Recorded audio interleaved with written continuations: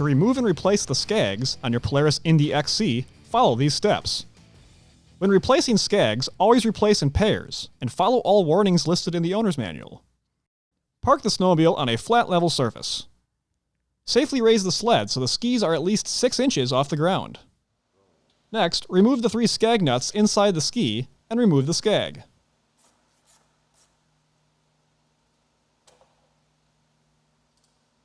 Inspect the Skag for wear or damage, and replace if necessary. Next, align the Skag studs to the ski mounting holes and install the Skag. Then install the 3 Skag nuts and torque to specification. Once complete, safely lower the snowmobile to the ground. For more information, see your authorized Polaris dealer or visit Polaris.com.